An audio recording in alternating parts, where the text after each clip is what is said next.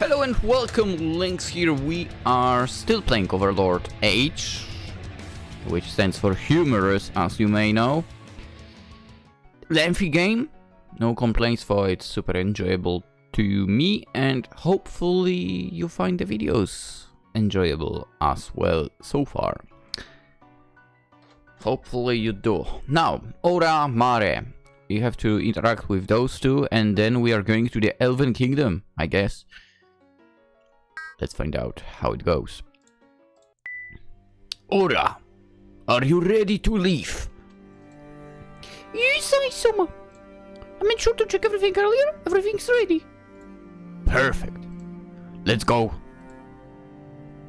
It does not take too long for us to reach the Apelion Hills, despite the distance. I can move freely since it is part of my kingdom. However, it will not be as quick from this point on. A long journey awaits us.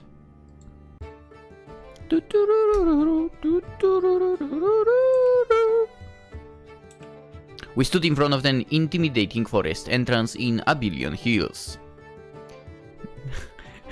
I'll be honest, this forest does not look intimidating to me. Funnily enough. Some forests can do that, this one is not one of them.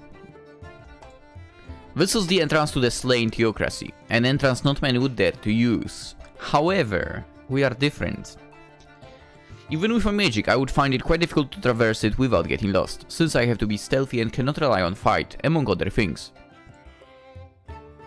Luckily I have a druid and a tamer with me, suddenly the intimidating forest is no more. There is only a really long walk ahead of us. Unlike me, Ora and Mare can get fatigued, so traversing the forest will still take us many days, but for now it is only a matter of patience. The real change will begin only once we reach the elf country.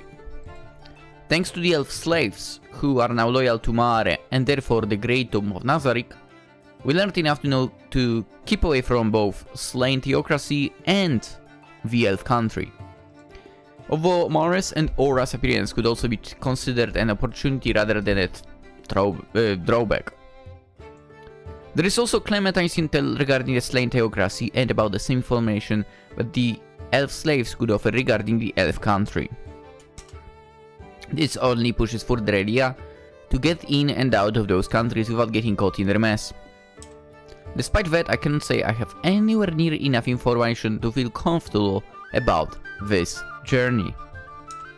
I'm uneasy about crossing two countries with so little information, but there is no other way. According to the map, the place where we are headed to should be fairly easy led. Are you ready? Yes! Yes! We enter the forest and it does not take too many steps before I feel lost. What? It is not as easy as keeping a single direction. In the best case scenario, I would simply walk towards another direction. However, thanks to Mare, we keep the planned direction, and thanks to Ora, we manage to rest without an issue during night time. It does not take too long to notice that the Slain Theocracy troops do not have to worry just about the elves, but the wilderness as well. It is not rare for Ora's tamed owl to see Slain Theocracy troops getting assaulted by the monsters living in the forest. Something that would rarely if ever happen to the elves, since they know how to move in this place. Huh. Everything seems to be going according to the plan, for now. Many days pass, and we finally reach the other border. That is when the sound of troubles approach us. A few hours before dawn, Ora's tame owl becomes quite agitated. I can tell that means troubles, even without being a tamer.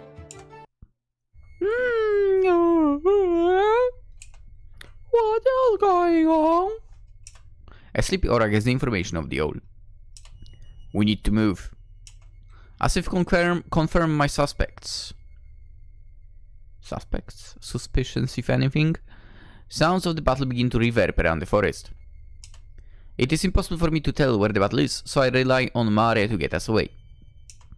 It seems like battalions fighting each other in this area is quite common. If we take a small detour, we should be able to dodge them. Oh! What is it, Mare? I believe there is another way. I'm listening. We could join the fight and save the elves. This would allow us easy access to the Elven Kingdom. As long as we make sure no one escapes and reports back, this could save us a lot of time. It is a big if. The Slain Theocracy is known for using spies. This time it would not be any different. Besides, would letting the Elven Kingdom know of Einstein visit be a good idea? I think this would make our task harder.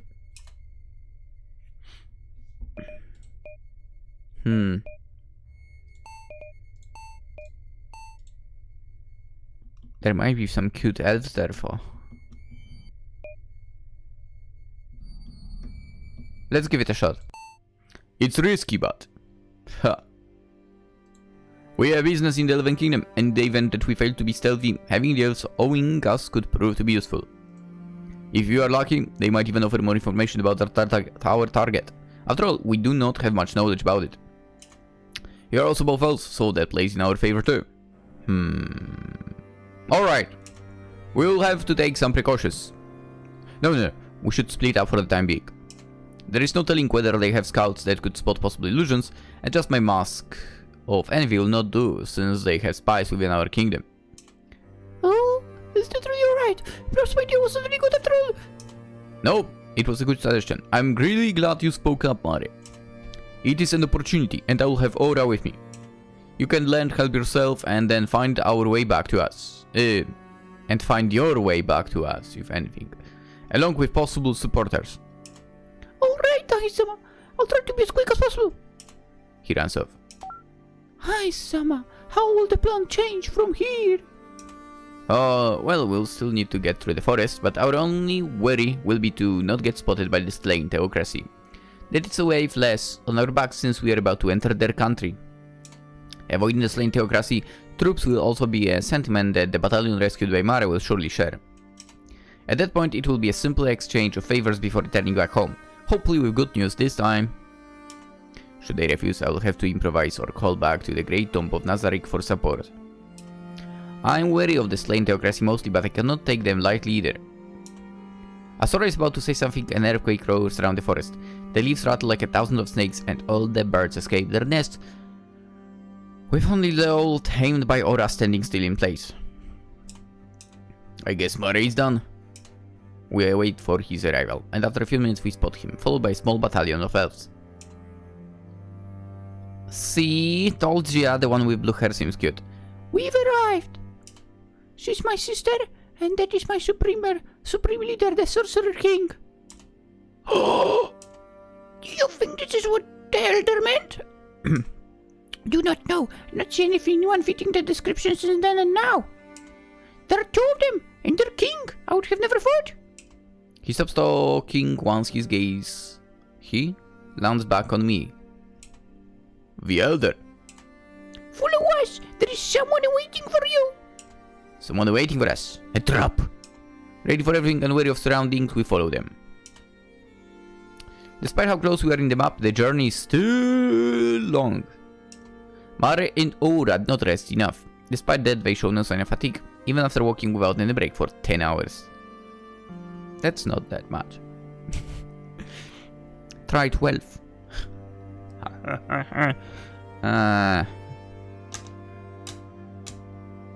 No, 12 is already too much as well.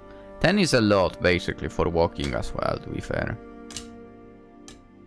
I'm saying 12 because I literally spent entire 12 hours on legs back when I was working retail. And that definitely was an overkill.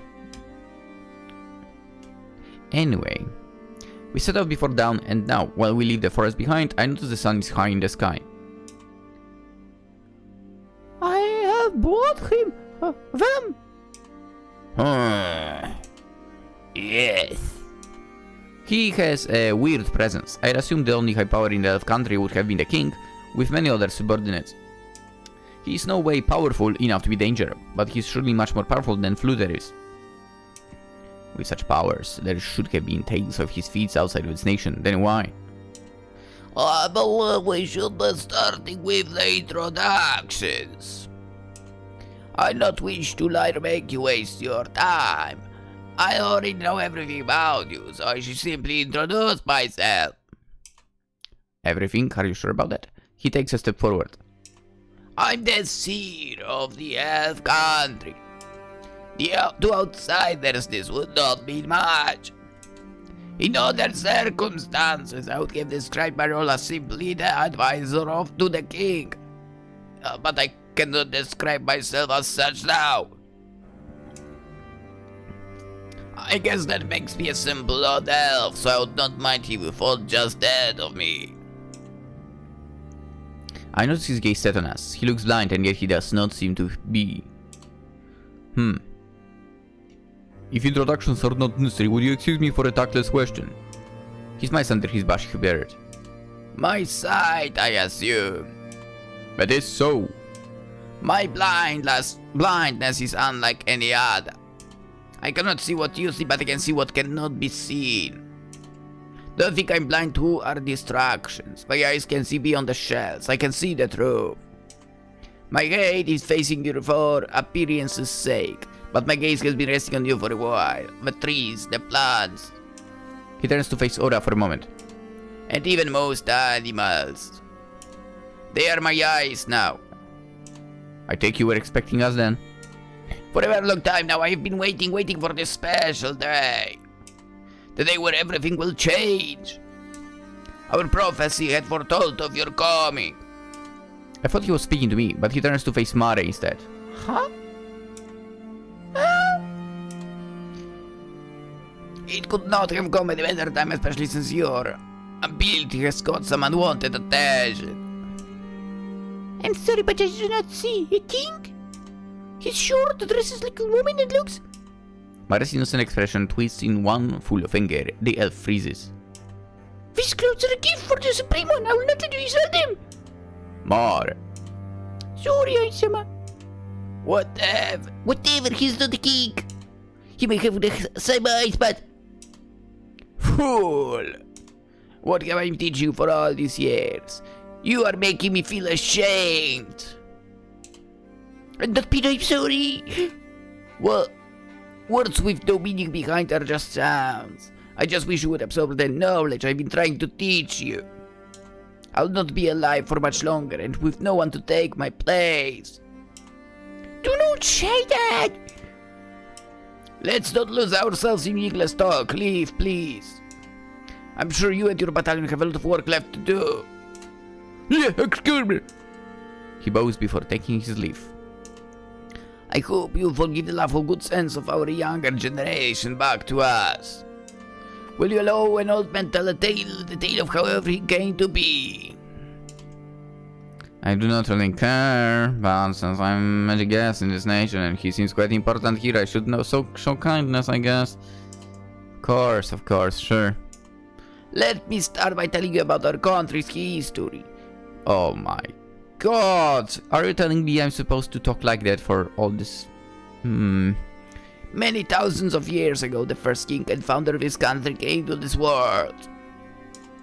The elf god with the heterochromatic eyes. As he grew older, he bore 2 children, twins. Ayudin would become the first seer and sage, whose wisdom was unfathomable. It was thanks to his eyes and insight that our nation could live in peace without any war. It was truly a great time. The trees that he grew are still standing strong nowadays. Meorize, the queen, she began what would become the real bloodline, godkins, just like her. Of the elf gods, nothing is written in the texts. Perhaps he lived a quiet life, or perhaps he too vanished. A player. Why all of the potentially good clues vanish just like this? No, perhaps it is for the best. They have probably been just as clueless as me, and it is not them that I'm looking for. You! Once again, his gaze rests on Maria. This has happened quite many times now. Yes? I see that in you, my eyes do not deceive me. You may not be the king who disappeared, yet you are. The shell may be different, but inside of you, your soul that does not lie. I'll be frank, without speaking out my wish. I want you to take the throne you rightfully own and bring glory to ourselves, like the descendants before you did. Me? Why are you so surprised? Your sister has re-embraced her destiny. It is your turn now. Huh? Her destiny. She's the queen. We may have split, but the origins do not lie. We used to be much closer back when the entrances were not sealed. Is he referring to the Dwarf Kingdom and the Dark Elves there? More importantly, this nation has a king already, does it not? It does officially. However, in truth, he is simply a shell of one. He's not the king we once had, it is our ruin. The seer begins to cast a spell, one that Mare recognizes to be harmless. Once his casting is over, a small trunk shaped as chair appeared from the ground below. Take a seat, please. It is a long and saddening story. I promise it will not be some rambling of an old man. It will give you important information about a part of our capital city and our history. Damn.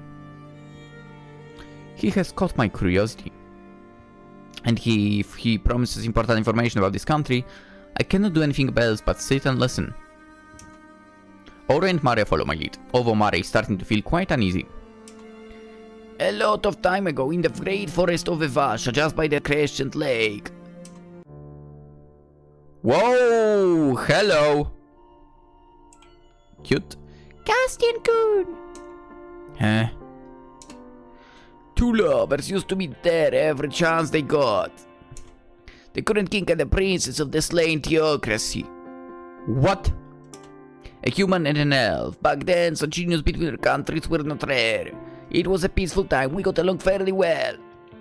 However, nobles have different rules than commoners.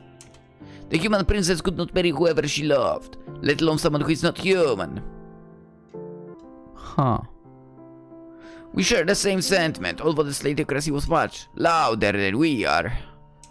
However, they were both young and foolish, not care about such rules and endeavoring in their power to meet in secret. That was their spot. The two sit by the lake, their feet caress the water as they laugh together. Princess. I thought the slain theocracy had no such thing. I mean, babe, dude. She's cute as heck. They do. 6 of them, in fact. They are important and quite powerful, but they have no ruling power. When they will accept us, I want to live here. Here, it will be quite hard to live inside the lake. Dummy. I meant in this area. A nice cozy home with a big window showing the beautiful lake. This way, our home would remind us of the present and future that awaits us, and the lake of our past. I don't really want to live in a fancy mansion. Yeah?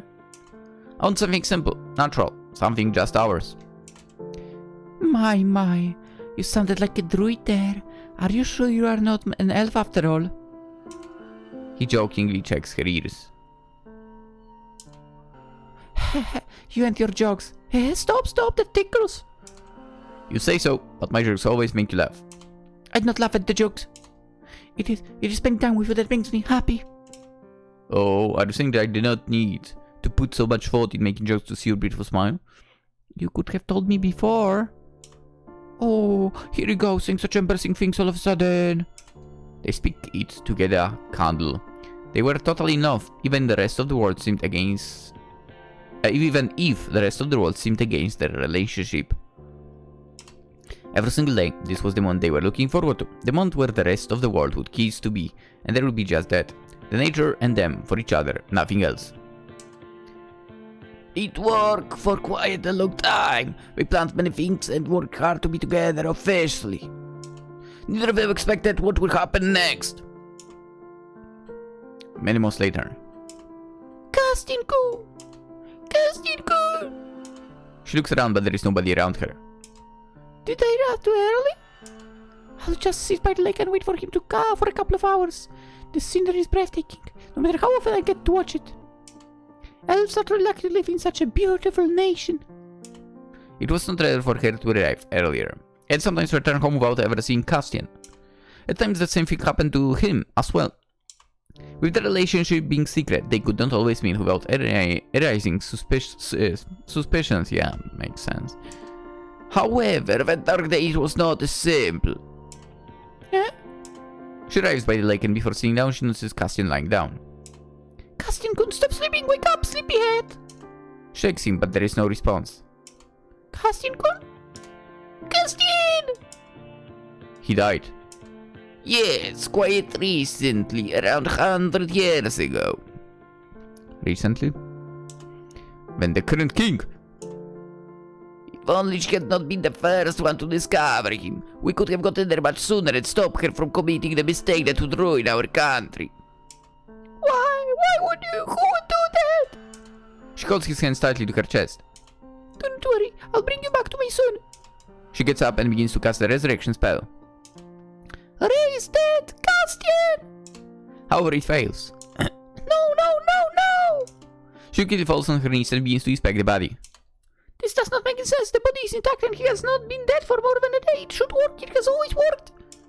She felt powerless like never before. It was the first time she faced a situation her magic could not fix. If only could bring my crown here. Forgive me. Castian! Someone was preventing the king from being resurrected, huh? Indeed. Hard to tell whether he was killed by us or the slain theocracy. I would say the latter is more likely. Not many people had the reason to kill him back then. I know, man. I feel like it might be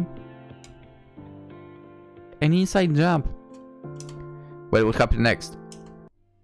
You see the crescent lake, it is magical. Its waters are connected to the roots of Yggdrasil. That grants it a powerful healing effect. What? Did you say Yggdrasil? Yggdrasil, in your tongue, the tree of life. You must be aware of its existence. It is what you came here for after all. As much beneficial as lake may be, it cannot be used carelessly. It is a good place where to rest and heal wounds, but using it to cure mortal wounds or even worse corpses, it is one of the worst crimes you can commit in this country. The human princess was not aware of such rules, and she probably did not care. Upon seeing the person she loved in that state, she dragged him inside the lake. The results, they were catastrophic for everybody. It is not against rules to use the lake to heal mortal wounds simply because it upsets the balance, but because one could die during the healing process and get resurrected instead. You are against resurrection and surely even more against undeath, yet that is not preventing you from having a chat with me? It is not that simple. You can find balance in resurrection as well. It is a matter of giving and taking. With consent, I'm not against it. The Crescent Lake, its power heals, but it does not resurrect. The king, our real king, his soul is hopefully resting in peace, wherever he may be. Whatever that thing may be, he looks like our king, but it is not him. It is not even a simple matter of losing one's soul. It is much worse than this. Something dark and evil is harboring inside of him. The first thing he has done upon waking up was brutally Right. The prince was being brutal towards the princess and capturing her. He kept doing so until she got pregnant. We tried to stop him, and that is what led us to our ruin. He works against the slain theocracy and his own country alike. As for the human princess, she fell ill just a few weeks later. No one thought that their kid would survive, but it miraculously did. She was totally healthy and unscathed. The same cannot be said for the mother. She died on childbirth. So the king has a child. Where is she now? Children, he has many. That particular one, she ran out of home in order to seek revenge. She's powerful and extremely pissed off. And since her mother was a princess in the slain theocracy, not even among the other princesses, she was the most important one. War and hate was only to be expected. Now there is a reason why I'm telling you this tale. You have learned about our history and the powers of our country's main attraction. I kinda would like to side with slain theocracy on this one, to be honest. Not gonna lie. I request your aid. I kinda don't wanna help you. Not for my sake or even for my nation's sake, but because the true heir of the throne has arrived and the fake king must recede. Oh, we are going to get rid of that one. Understand the situation, and I will be happy to help, especially it is for Mara's sake, although he will ultimately decide whether to accept your offer or not. However, this is too sudden. I came here for other reasons. I know why you're here, what you are seeking. All, and I will say, it is exactly because of this. Our nation needs and your wishes are connected. Everything seeks balance, even the impossibility of a druid following an undead, there is still some sense to be found. Once again, his gaze rests on Mare. Indeed, it is all a matter of actions and consequences. This time it is no different. What you seek is hidden behind the seal, as are all the other entrances. Only the king can take off the seal, and we need a king in order to end the war. That is the young druid that has been following you along. All things fall in place. Whatever you believe Whether you believe it or not. Wow, there are 2 mistakes in that whole sentence. What the heck? So if I were to help your nation, Mare would obtain the power to undo the seal and let me access the inner earth. He will have the power to undo the seal, yes. However, I couldn't promise anything else other than that. Such power, the heart of our very own home, of all creatures, living and not. No one should have access to its power. However, it is not an easy process, and if a king trusts you, I'll have nothing against it. After all, even if you did what others did in the past, it would still be impossible. We're only specks of dust in front of Yggdrasil. Even you. His words are vague and I cannot comprehend them. However, what I do understand is that seals cannot be taken off by anybody else but the king of the Elven nation, and he's offering Mare the possibility to become the next king. That's crazy. Everything seems to be fairly simple and convenient for me. Would it not be easier to simply kill the king? That would throw the country into chaos, and then leave us into an even more vulnerable state. So obviously Yggdrasil would be more than happy to use. We need him to win this war. Of course, if someone else were to replace him. He looks at Mare again. That does not answer the question. What should stop me from killing the king and Mare replace him right away? If that is what people want, Mare would be a much better choice and you would get the support of the Sorcerer Kingdom and our vassal states. It will not be as easy as dethroning him. Many will be ignorant of your friend's rights. He may be an elf, but the situation with the Dark Elves is a little complicated. More importantly, he's an outsider. There is no wonder that some would still welcome him, especially if I agree to that choice, however. While creating a civil war would be easy, the king gained many supporters over the years. They're all corrupt and would gladly feed us to the wolves rather than giving up their position of power. We'll have to be cautious. And you, your majesty. Even I'll need your wisdom. Your feats made it all the way here. Please share it with us.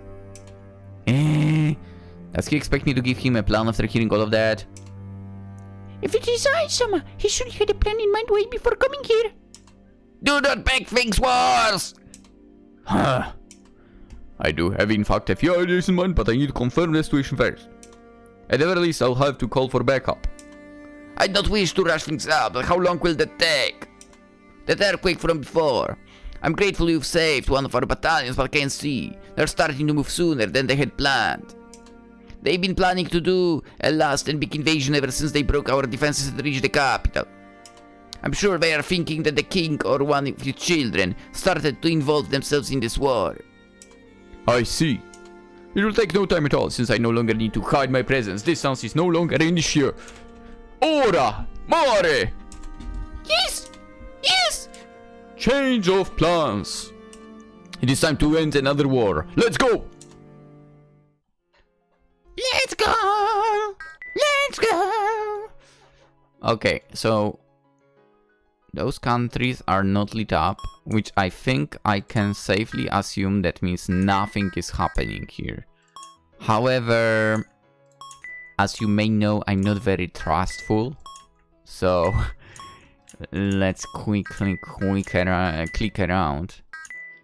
I would like to interact with someone here, like would be nice. Too bad that kind of nothing else is happening in Baharut Empire. It's like since the moment I decided to not take... was it Jirnivel? Was the name Jirnivel? I think so. But basically Baharut's queen. The moment I decided not to take her into like a political marriage, she kind of disappeared from us. And we cannot interact with her at all. In a way, sadly enough. Cats are planes now, okay. I would not be surprised if something was happening in Nazarick actually, because in a way we skipped a few events before going to the Elf Kingdom. Would be nice if some of those events stayed around, but I guess that's in a way a pipe dream that I will not get. Okay, Sayuri over there, she's always there, okay, because she has like a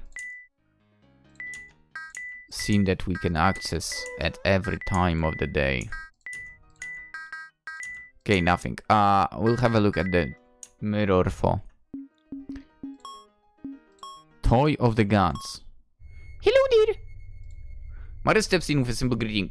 However, as one would expect, barely anyone notices it. To focus on their battle, only a few humans from the Slintocracy seem to be focusing on you. Ah, my supreme leader is here to help you, but you're in the way. Could you all the elves step aside? Nothing at all changes. His words are lost to the wind. The only difference seems that those few that have spotted you from the Slintocracy have started to approach you in a bigger group. Why do you say you? Say it's Mare. Ha! Dealing with weak and stupid creatures is so complicated. What should I do? After a brief pause, he decides to simply force them out of the way. Feeble mind! Both of Mare's eyes glow green, except for his right eye, which looks more turquoise. What the fuck is this sentence supposed to mean? Both eyes glow green except for his right eye? Okay, come on. That literally means only his left eye glows green. As the spell is cast, 2 rays of fire off his eyes. Each person he looks at stops. He does not seem to be dealing damage, at least not physical damage. In less than a minute, the sounds of battle are suddenly over. Everyone is standing still, except for 2 elves that seem rather scared. They were out of Mare's spell range. Ahem! Hi there! Hey, Royal! What is he doing here? I came to save you. Can you step aside? Thank you. The others should follow. In silence, he does what he has asked. Indeed, all the elves follow, leaving behind all the slain Theocracy army. Much better! Earthquake! Mare focuses his spell on the enemy army. However, because of the sheer force, the tremors can be felt much further away.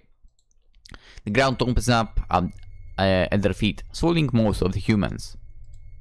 Those who are unlucky enough to not be swallowed are killed by the force of the spell and debris. Debris?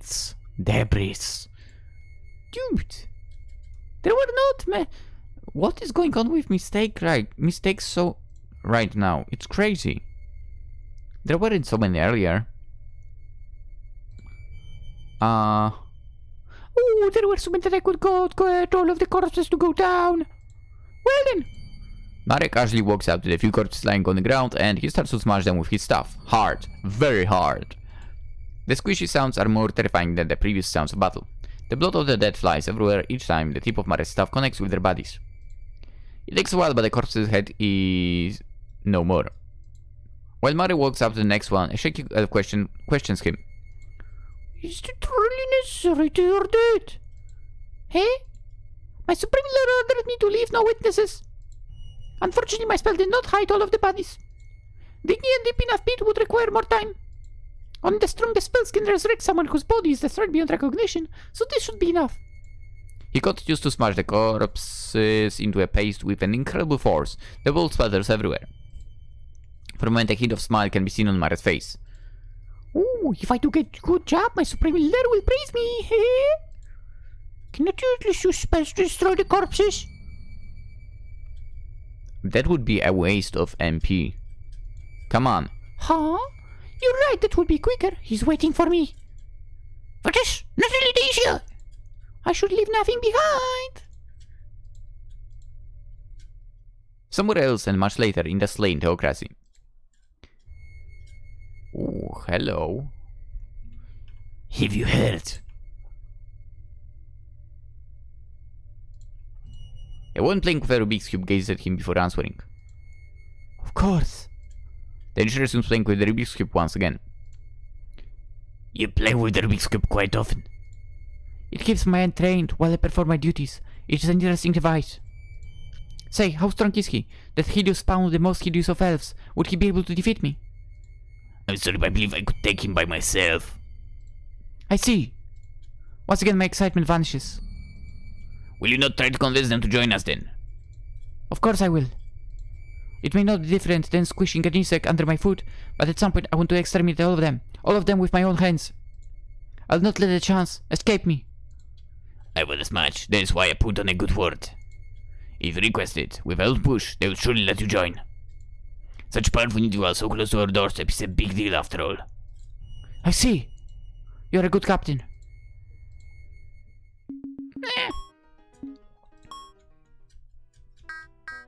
I wonder who they might be talking. Okay, there is supposedly something here still. What the heck? Game, what are you referring to? Low-key, I guess I'll be hoping it is about the supposed event with Sayuri. With our Fox girl. Elf Kingdom. Dude, we have slain Theocracy, like, in our hand, basically. I mean, come on. The Holy Kingdom does not border with them, but still, yeah. Abillion Hills is ours. Sorcerer Kingdom, obviously ours. I don't know, you know, there is Wyvern Rider Tribes Draconic Kingdom, right? I don't know what's that thing between, like, Draconic Kingdom and Elf Kingdom. I don't know, water or whatever that is. I guess it is water, to be fair. Considering the fact that we had to go through slain Theocracy here. To get to the Elf Kingdom. Great Forest of Vasha. Shaltir, welcome.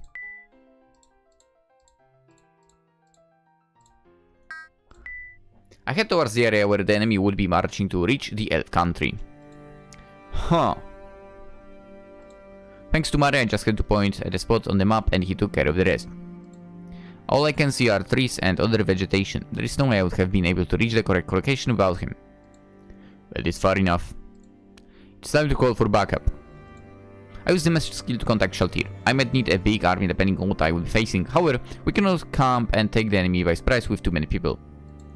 I need someone that can easily transfer an army from the Great Tomb Nazrik to here in a relatively short time. Shaltir is the right woman for the job, so I continue by explaining the situation to her. That is all. This is the current plan. Can you assemble an army to ready deploy at any time and then reach me here? Right away, Isama. Not long later, Shaltir joins us. However, there is no sight of the enemy for hours. For a moment I wonder whether this was the right location, or if they were coming at all, but I had to trust Mara and the Seer. Then, I see them. through the tamed animals placed around the forest, Ora knows about the enemy force approaching us. Well, how is their force like? Should I start opening the gate? Let's just say that your presence is not required, Shaltir. You can go back home after all. I could take them all by myself. I could dispose of them way quicker than you. That is some good news, although we should not undervalue them. Despite Aura's words, I begin to cast various spells to buff myself, until the enemy army gets on our line of sight. Huh? Those eyes. Wait! Is that not... All of the enemies shift their gaze from Aura and Mare to me. Why here? The Sorcerer King! Oh, what a surprise. I would have never imagined that in all of the places I would be meeting you here. Your undertakings have reached even me. It is incredible if all of it is true. At the very least, you must be a very powerful opponent, yes? Such a shame you are siding with the elves. And yet so very convenient for me. She takes a cross-shaped sight into her hands. There is nothing that gets me more fired than a grand battle. Let's see if the rumors I've heard about you are true. Can't you understand that she's in a huge disadvantage? The other members of her group follow her lead and assume an attacking stance as well. So disappointing. I would normally admire courage to face death without some useless and desperate pleading for their own insignificant lives. However, you are about to face absolute defeat and you are absolutely clueless about it. Very sad. Ha! I wonder if your skull can look surprised once you realize how wrong you are about that. Reality slash! It is as if the real team from me slices into pieces. Because of her group's formation, different body parts begin to fly everywhere, with some managing to let out screams after losing only an arm or a leg. I did not care about those background characters. It was obvious she was the leader of that group, so I focused on her before she could use any of her trump cards, if any. Her body split in two and falls apart. Shaltir, Aura, Mare, take care of the survivors. They nod and quickly get to work. Shaltir dries their bodies of their blood. Mare uses his staff to pierce their bodies until they stop moving. He does not seem to be aiming at vital spots for some reason.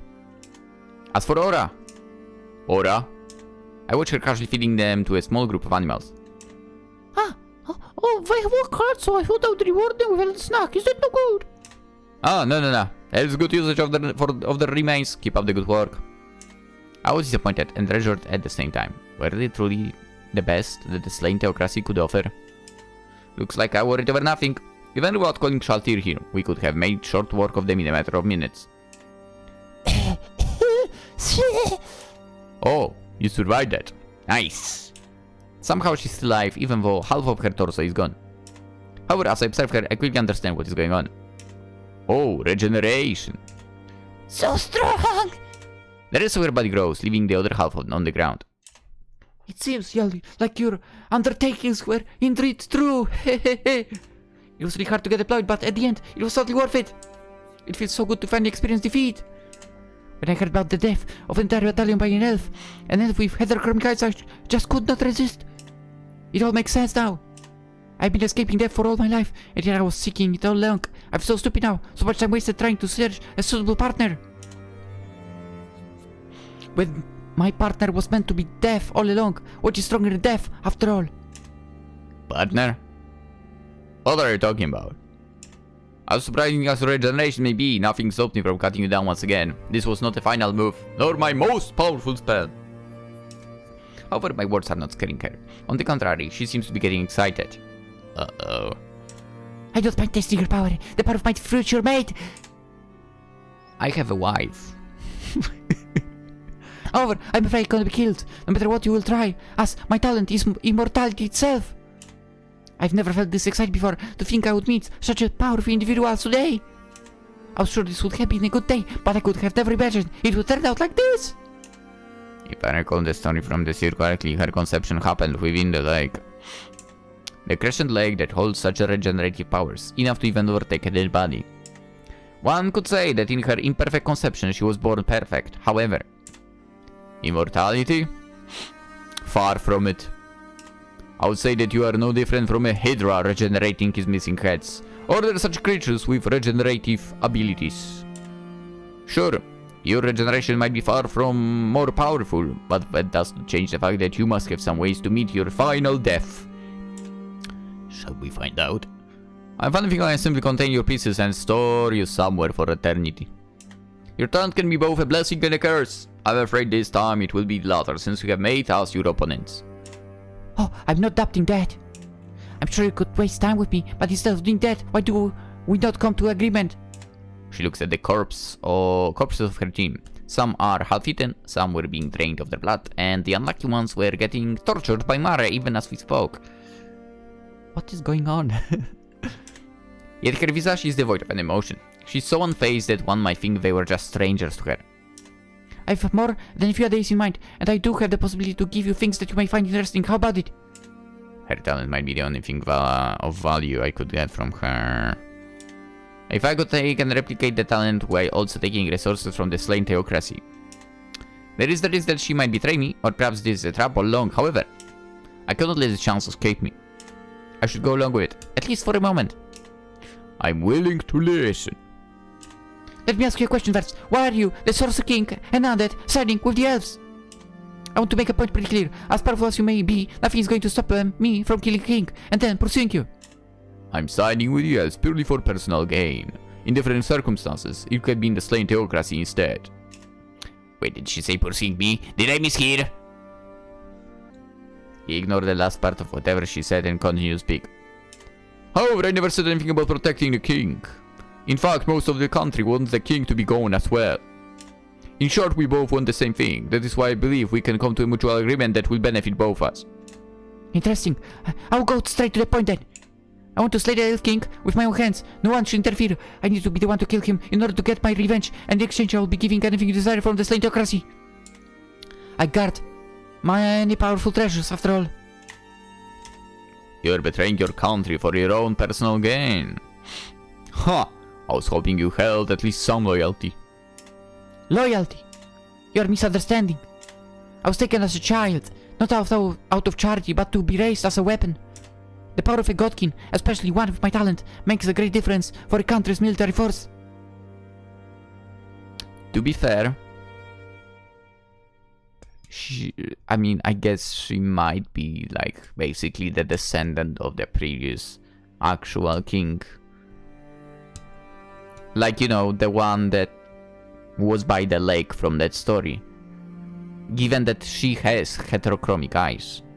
However, while they are not heterochromic eyes in a way that our little elf has those eyes. Yeah, anywho. Okay. The power of a godkin, especially one with my talent, makes a great difference for a country's military force. They have used me as a tool, and I have used them for my revenge. It is nothing more than a mutual agreement. I've always done my part, and that is where my loyalty ends. What I'm offering you is another mutual agreement between us, just to get the important things out of the way. She smiles in a lewd way. While she caresses her belly. Oh boy. Then, after that, I have another, more exciting proposal. Is that so? What about your friends? It seems weird to me that you are acting as if nothing happened. Surely you must feel resentment. Jesus Christ, another mistake in the text. What is going on? Were you tired? Were you not sleeping while making this game? Did you try to make it in one go? And now is when the tiredness catches up with you? You must be feeling resentment. That's not how... even how you write it. Friends? I have no friends and feel absolutely nothing about their death. She looks at the remains. It is not that I hated them. I simply do not care. They have died by fighting an individual much stronger than them. Why should I feel anything about it? If anything, I'm excited to have witnessed such power. Excited? Yes, excited. There are only two things I care about in this world. Power and revenge. I shall have both, one after the other. I mean, I can at the very least help with the latter. Oh no, you can help with both, eventually. She smiles while caressing her belly once again. Please stop. I do not comprehend the nature of that proposal. What is preventing you from just marching to the elf country and kill the king? As I mentioned earlier, I would not try to stop you. And not many elves would try to either. In fact, that would not be even a problem for you. I'm surprised you did not attempt your revenge in such a long time. If only that depended on me and me alone. Besides, bringing destruction to the elf country satisfied me, at least at the beginning, but now I'm about ready to reach its climax, and yet excuses are excuses. This seems to never be possible. From the current Cardinal's perspective, buying time in such an obvious way might work well enough. However, I have outlived a few generations of Cardinals already, and I want to get what has been promised to me, in one way or another. In one way or another. Gee. Perhaps they want to avoid attracting the wrong kind of attention, but that is not a problem for someone like you, is it? Outlived, huh? Now that I think about it, should you not look a little older? I believe half-elves do not age the same way ourselves. My age does not matter. You could consider the process of aging a mere disease. My talent is not simply about regeneration of wounds. It also prevents me from ever getting any disease. I'm beginning to understand. We can come to an agreement then. We want the same thing, and once the king is dead, the elf country will become the sorcerer kingdom's vassal state. This is not negotiable. As I've said, I only care about my revenge and you. I'm not one for political talk. I'll have a formal talk when the time comes then. I did not really predict things would go well. Elves and racism are one thing. What? A ceasefire is possible as long as they keep in their respective territories. However, a deal with the undead was completely different thing. I'm sure Zeshi knew as much, but she's completely disinterested in the topic. And wait, did she say she's interested in me? What did she mean by that? Surely it cannot be that. There's no way someone like her would find my current form attractive. Well, for the sake of future collaborations between our countries, once the elf country will become mine, it is not treasure I seek. Not yet at least. I want your country to stop the war with the elf country, once the current elf king is dead. It would be really inconvenient for me if the war continued past his death. I despise all elves, but as long as I can get my revenge, I can concede this much, as long as none of those ugly creatures get in my way. Besides, from what I happen to overhear, they will probably agree to cease fire, as long as I get my revenge. Deliver me an official document which says that the slain theocracy will cease any kind of attack to the elf nation, and then I'll personally see that you will be getting your revenge. After all that is done, we can continue from there. A pretty fair deal, I believe. The first part is easy enough. The second part could prove to be more difficult. However, if your involvement is not a secret, it will work out. Is there any problem? Let's just say that while they would never openly admit it, there are individuals that shake the theocracy to its very core. You are one of them. Well, if that helps, with getting our agreement done. I do not really mind. So much for trying to keep myself hidden from both the slain theocracy and the elf country. Ah. Very well, you shall hear from me soon. Oh, I never forgot before, but it has come to mind that I would like to slay all the children of the Elf King as well. She points her sight towards Ora and Mare. Huh? We're the children of Baba! Baku Baku Chebgama-sama! One of the supreme ones! Baku Baku... Did I say Baku? Okay. I messed up. Buku Buku Chagama-sama! One of the supreme ones! Compared to her, the Elf King is a marant! When she would not even notice when it gets consumed!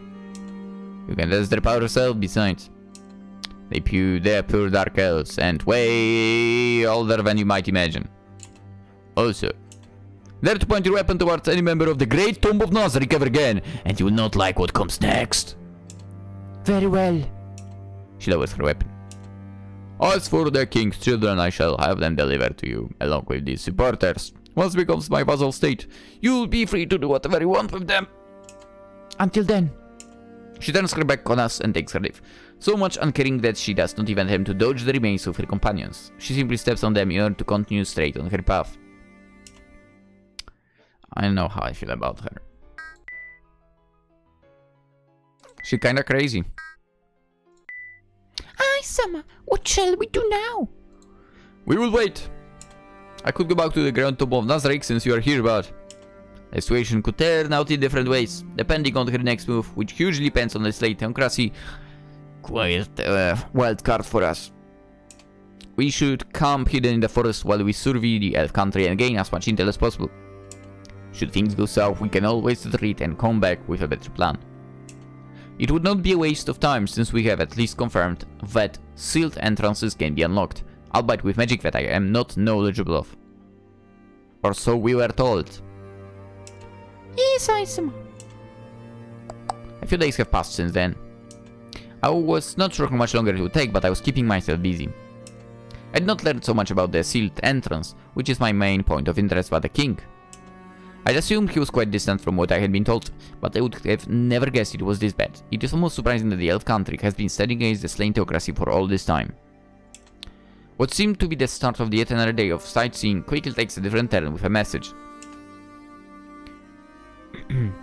This is a bird and I should not show them during my guard duty. We agreed on a pretty stupid and unique password every time she contacted me through a message scroll. From the tonality of her voice, which is quite embarrassed, and the way she spelled those words at once, she is not being forced to contact me either. Very well, you may speak, Rishusa. Yes, thank you, Ai-sama. All of the slain theocracy spies, they've suddenly begun to move out of Arantel. Oh, when exactly? Right now, I've contacted you as soon as it happened. Oh, I see. This could mean different things, but if I had to guess, they might have realized I'm aware of their presence. After all, I'm suddenly really close to their country and their spies had no idea I had moved at all. Hopefully that will not affect their choice to concede a ceasefire to the elf country. There is more. Actually, there's something that has happened shortly after you have left, Ai-sama. It is nothing worth to contact you for, so I simply passed this information to the Great Tomb of Nazarick instead, as instructed. However, since I have already contacted you, I thought I would let you know. Minotaurs began visiting our kingdom. Minotaurs? Yeah. I fail to understand why I should care about that. They have never visited our kingdom, not even once during all this time. However, they have suddenly started to show interest, a lot of interest. I would describe them as overly enthusiastic tourists. Oh my god, we have Americans in our country. Damn it. Even when it comes to the most mundane of things, it is a really weird behavior, but they are doing nothing illegal. They are not even attempting to spy. I see. What is the meaning of their sudden visit? Surely there is no chance that they knew I was away from my kingdom soon after I left, not that it will make any difference. If they're not trying to hide or blend in, perhaps they're trying to attract my attention instead. Well, I have no way to investigate that matter just yet. There is nothing I can do but focus on what I have at hand right now. Well, there is nothing that can be done about them. It might just be their personality, just keep a watch on them. Understood. Should I continue to deliver any information back to the Great Tomb of Nazarick? Of course. I will read all the reports once I'm back and take action, if necessary. Yes. The message ends and I'm left wondering what slain theocracy's next move will be. Dude, Rishusa is so good. A few days more pass before I get word of Zeshi's arrival alone this time. Against any better judgment, I decide to meet her alone as well, even though I'm never truly alone, and most likely neither is she. I decide to meet her at the same place as last time to see if the Slintocracy agreed on a ceasefire and continue from there. Came to personally greet me? Since we are both alone, I wouldn't mind rushing to our final part of our agreement. Agreement? Never mind that, I'm here to hear the response from the Theocracy. Here. She hands me a few documents. By the look of it, they seem to have an official stamp. We agreed to the terms and have already retired our current battalions from the Elf Country as a gesture of goodwill. It is your turn now. I move out of the way. Not going to stop you, although I assume my presence will be required. Of course, however I know, I will not participate in the fight in a way. Very well. We make our way into the capital, where the king resides. The streets are unusually empty. It seems like everyone fled in a hurry. Here we are. We need to think a way to lure the king out now. It is not as easy as getting a meeting with him. That is what I've experienced in these days, at the very least. We might agree to battle with you, but... Think of why I thought about this moment for my whole life. I have the answer to quickly solve this already. What is? She takes her war sight and attacks. Despite being a weapon meant to be used in melee, its slashes manage to reach the building where the king resides and damage it. Not a normal sight. I should have expected as much. One after the other, her attacks land on the building and part of the street. I'll burn the whole capital to the ground. If I must, I'll get him out. Oi. I want to take over this country. Why would you destroy it for me? Normally I would not care, and probably do worse myself to save up time or put on a show. However, is it really necessary to keep hitting the building? It will cost me a lot of money to repair once the king is replaced. No, I cannot be petty about it, especially with no other quick and better solution to offer. What? Your attacks and the fight that will follow might hurt the population. I cannot allow innocents to be hurt.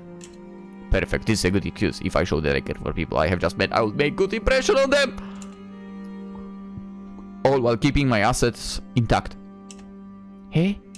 Not a problem. I'll fight somewhere quiet, where no one will be able to disturb us. Not that it will take too long anyways.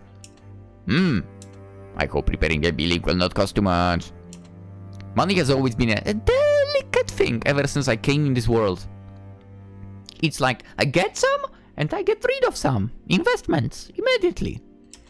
There are times when I have plenty to spare for different kind of projects, and the other times when I barely make it to the next day. The more I expand my kingdom, the more the costs increase.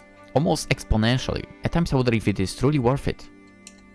Looking at the carelessness of the current king, I can hope in a welcoming treasure either. I hope he does not have debts. After the building is more damaged than I would like, the king comes out nonchalantly, followed by what I assume to be a few followers or children of his. His calm expression only shifts once his gaze meets Mares and Auras. He looks like he would like to say something, but his attention is suddenly taken by something more interesting, Zeshi's presence. Zeshi, my dear daughter, he says with what seems to be a sarcastic voice. Such a pleasant surprise to have you knocking on my door. It saves me all time from coming and getting you myself. As you have brought some free. Shut it! She points her side towards the king of elves. I'm not here to talk. She quickly glances at me before lowering her weapon. Follow me. What makes you think you can give me orders? Oh, I understand to give you enough nation. I'm willing to play with you when and if... Tired of his useless blubber by someone who has no idea of the power gap he's facing, I decide to speed things up and teleport them both away. The king actually tries to resist my teleportation, which is as hopeless as hoping to drink a sea away with a straw, which irritates me even more. Finally some silence. It would have been really bad if she gave in to his taunts and leveled the city. She has done more than enough as it is. What have you done to my father? Oh yeah, the children, I believe she wanted them as well.